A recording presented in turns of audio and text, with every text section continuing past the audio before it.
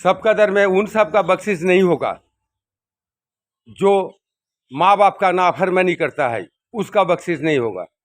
सब कदर में उसका बख्शिश नहीं होगा जो शराब पीता है। सब कदर में उसका बख्शिश नहीं होगा जो रिश्तेदारों के साथ लड़ते रहता है, रिश्ता नहीं रखता है, उसका बख्शिश नहीं होगा। सब कदर में उसका बख्शिश नहीं होगा जिसका दिल में कीना है, दूसरा का देख के जलता है, मने मने मातम करता है, उसका बख्शिश नहीं होगा। सब कदर में उसका बख्शिश नहीं होगा जिस घर में खामिन बीवी पर जुल्म करता है। किसी किसी घर में बीवी खामिन पर जुल्म करती है, उसका उन सब का बख्शिश नहीं होगा।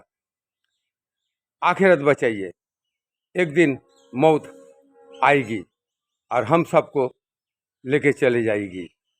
आखिरत का तैयारी कीजिए, कोई किसी को नहीं बचाएगा। नेक अमल कीजिए।